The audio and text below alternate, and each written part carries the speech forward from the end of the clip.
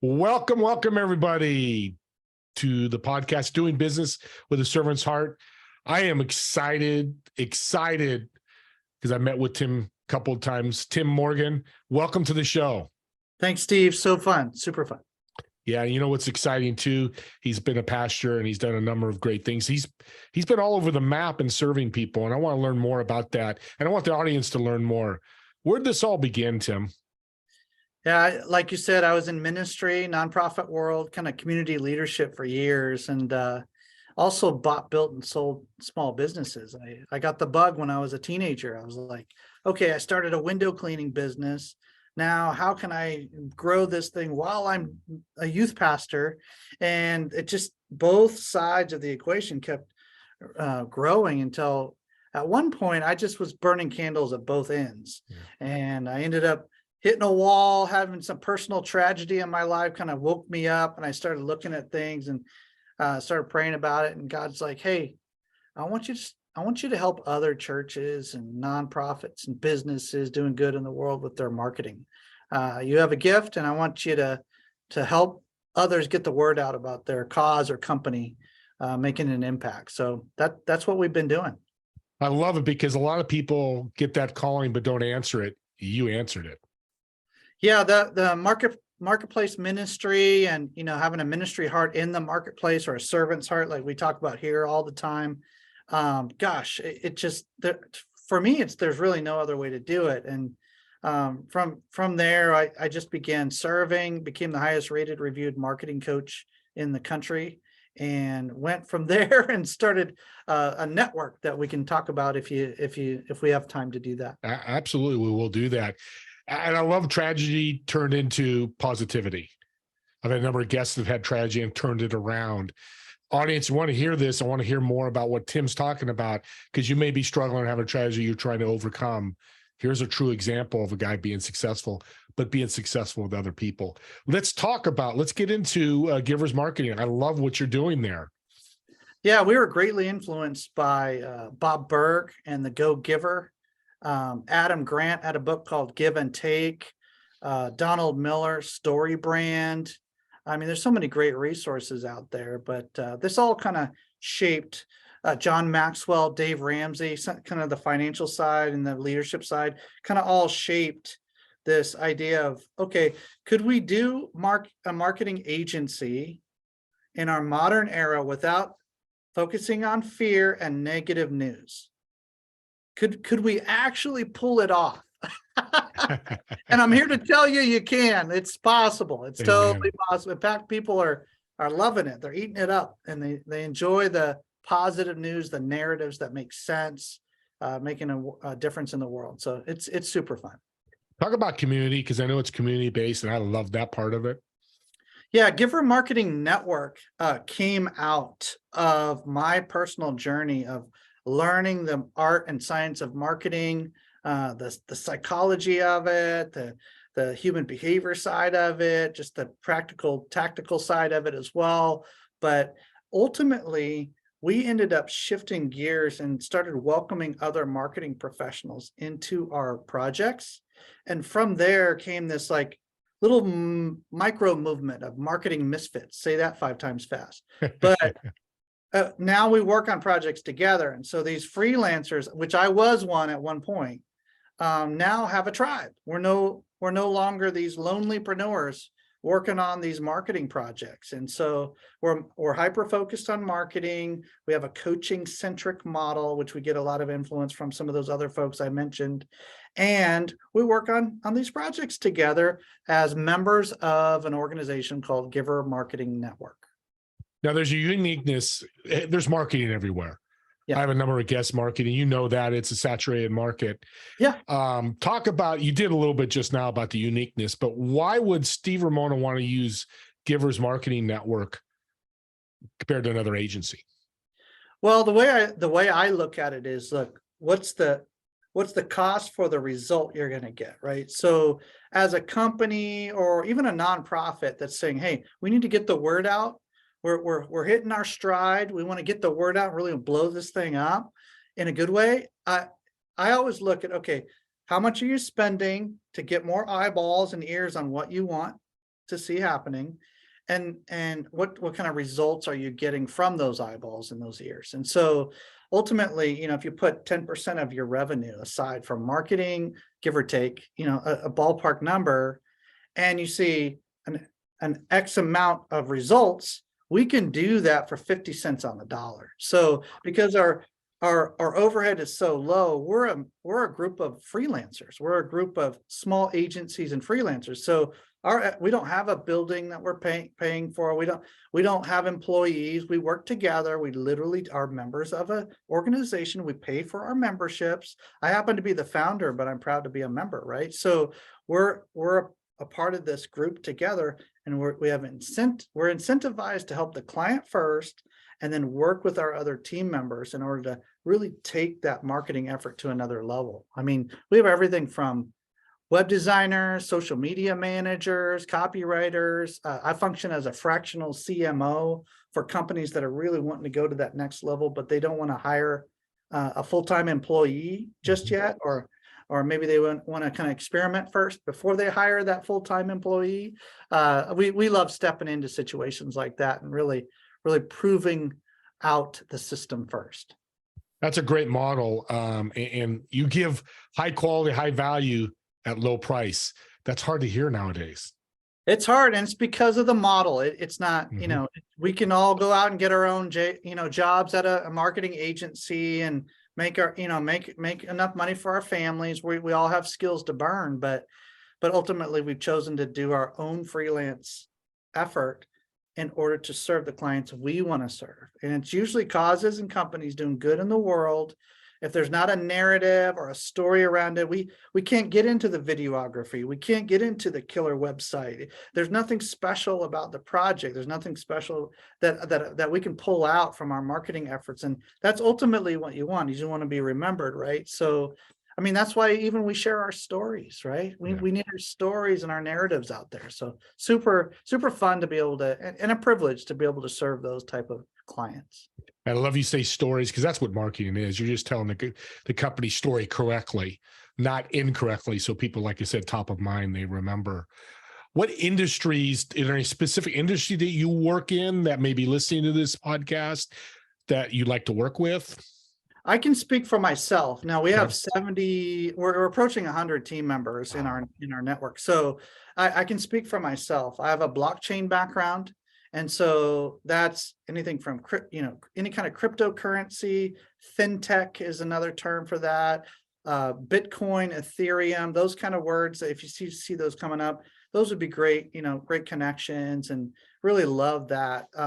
Also, because of my pastoring background, if there's a movement of ministries that are trying to do some things kind of innovatively, or want to leverage the modern methods of marketing to get the word out about I love micro churches and different ministry movements and church organizations that are trying to collaborate together to take over a city and do some good in that city, and really focus in on that. Well, you got to get the word out about these events and different things happening. So we love working with ministry organizations of any kind, as long as they're really focused on kind of what they want, then we can come alongside them. And oftentimes we'll give a little extra bonus goodies on top of that, because they're ministry. So we love to help.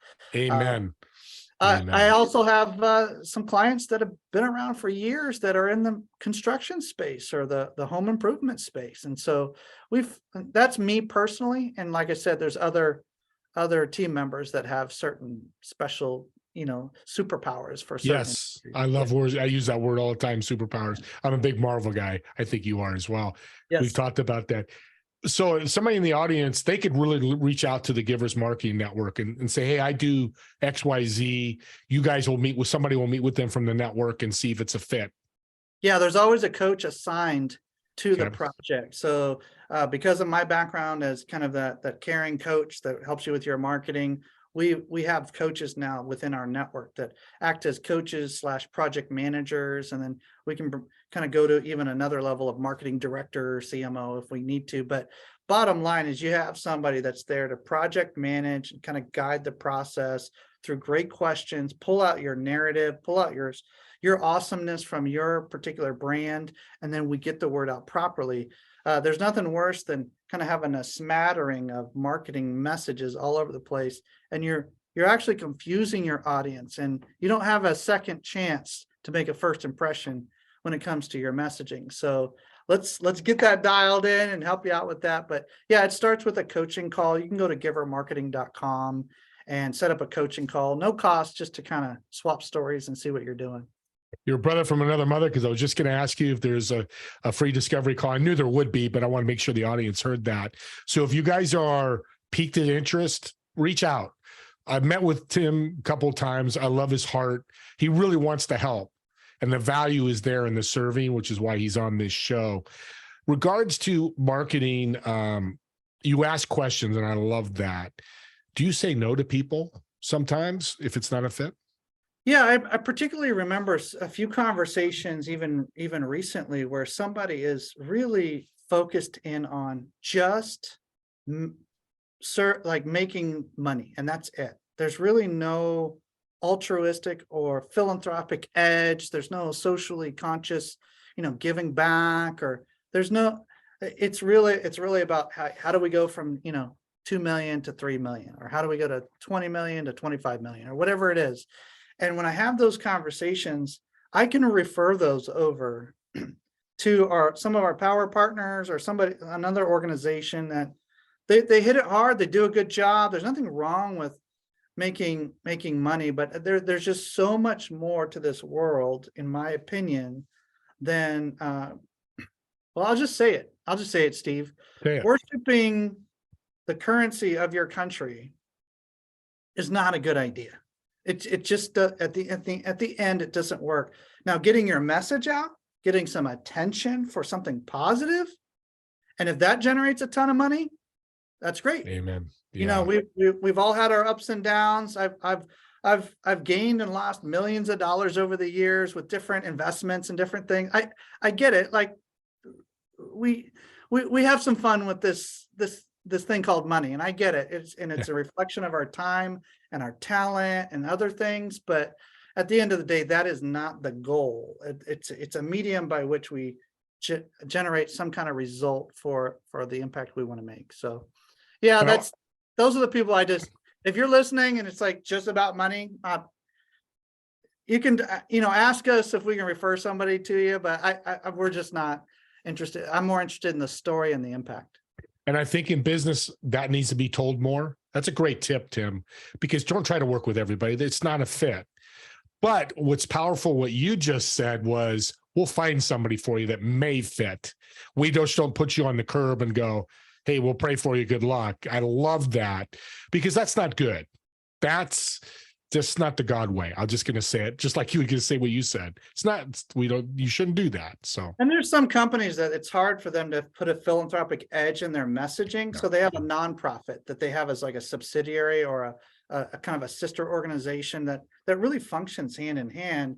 Well, we would love to work with both, knowing that there's an overflow into that nonprofit. And so we're good either way. It's one of those things where our focus is actually the impact that's being, what our big vision is to see 1 million organizations impacted by the Giver Marketing Blueprint and our network, so they can shape culture for good. It's all about how we're shaping our cultures that we live in. So that's the heartbeat. And I love that you asked the question, Steve. Thanks. No, and I do that specifically because I knew what you'd say. And I want the audience to hear there's a difference in marketing. We'll just use that, as we said earlier, it's cutthroat.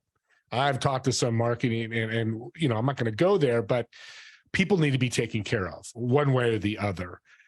Question I always like to ask, and I know you're going to answer this, but what is one constant theme that people's marketing, maybe a tip you can give that people do that's not right with their marketing, or incorrect, I don't know what the right word is, that you've seen over these months and years helping with people's marketing?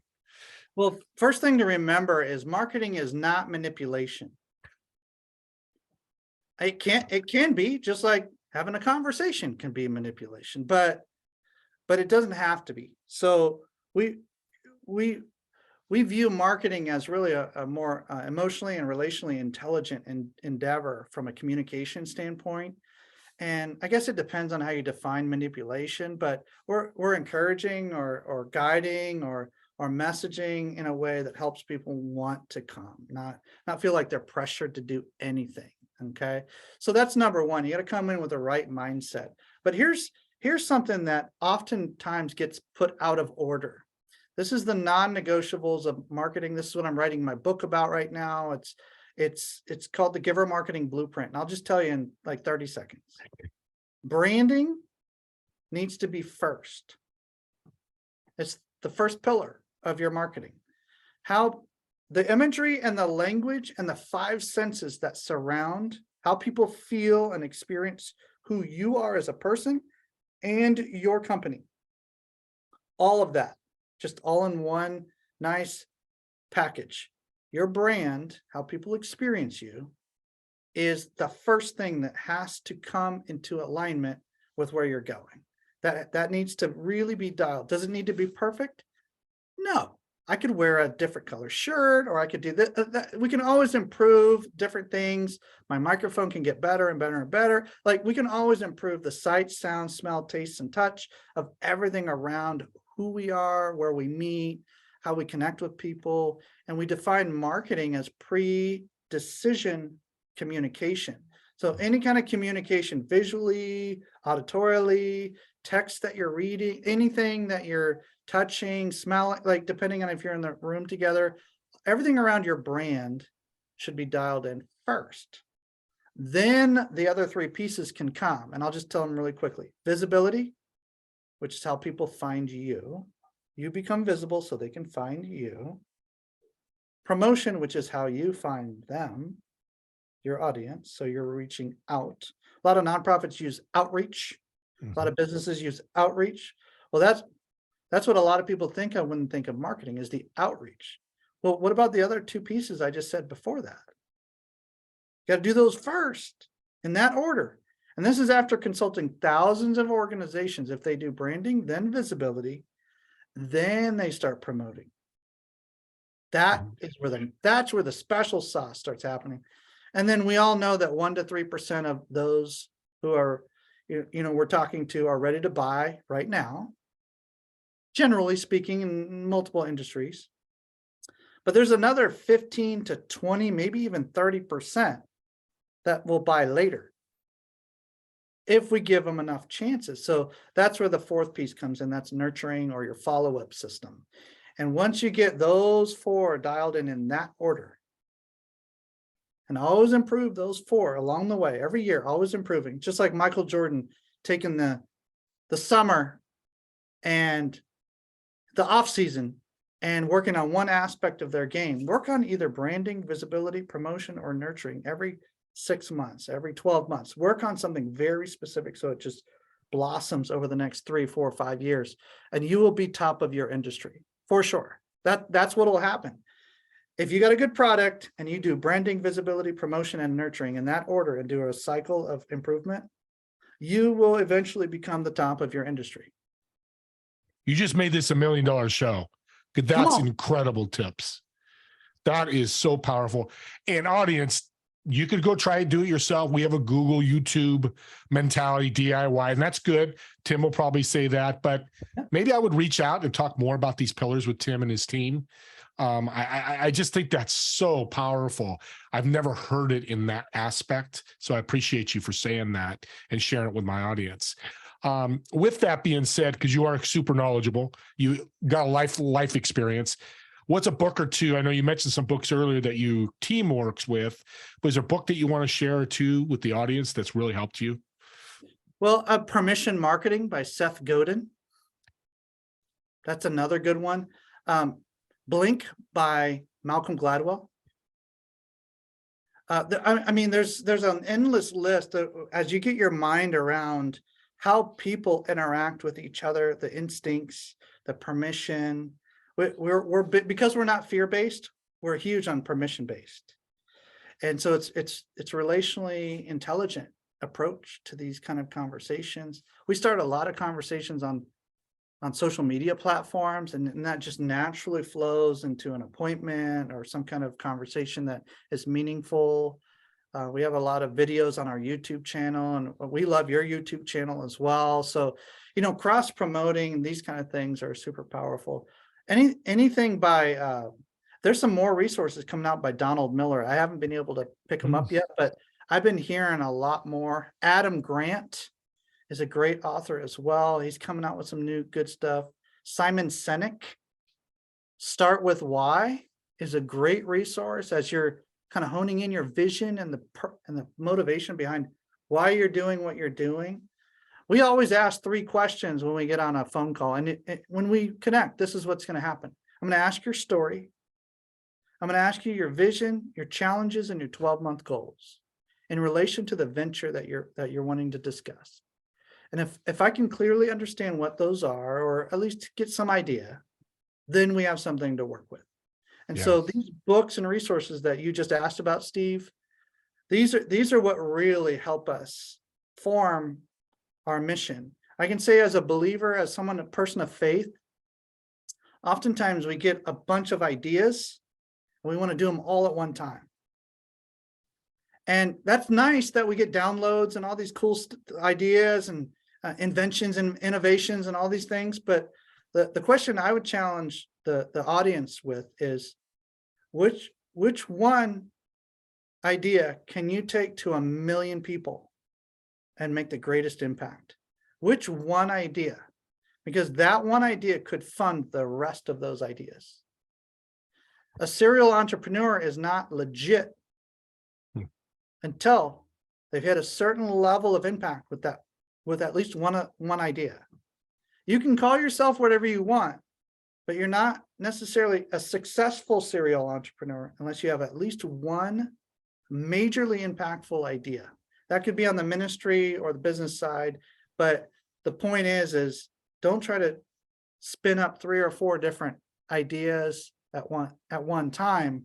Get those books, get those resources, have conversations with Steve and myself and others who are going to get you connected with the right people, and then hit it hard for at least 2 years, at least a couple of years. Like, hit it hard with one idea, ramp that thing up, and maybe it grows a little slower or even a little faster than you think. Yeah. The point is you're focused. You give yourself a chance. And that's what I learned burning candles at both ends earlier in my career. And thank God for his grace, because I I could have really crashed and burned and never come back. Like, that was it's a big deal to stay focused. So Start With Why as another good resource. And I appreciate your transparency, because people need to hear that. You're super successful, but you had that moment. And we all have those. We're not, it's going to happen to everybody. And I appreciate you being, like I said, transparent and open to people. Now you made a $2 million call. So he put a challenge out there. Re-listen to that challenge. Take it on and reach out to him. Tell him what your challenge is. I don't think you have a problem if somebody reaches out from the show and says, hey, Tim, here's my challenge. In 12 months, 18 months, I'm going to do it. So do that. Tim, I want to thank you for being on. I could talk to you all day. Every time we jump on a Zoom call, it goes longer than we thought. Fortunately, we got a short time to do this podcast. But I want to thank you again. You are a bright light in some of this darkness out there. And I truly appreciate what you're doing. And I'm really going to help you get that out and work together to do that. I always like to leave the audience a great tip. I know you had a lot of them in this show, but what's one thing you want to leave them to help them in their journey?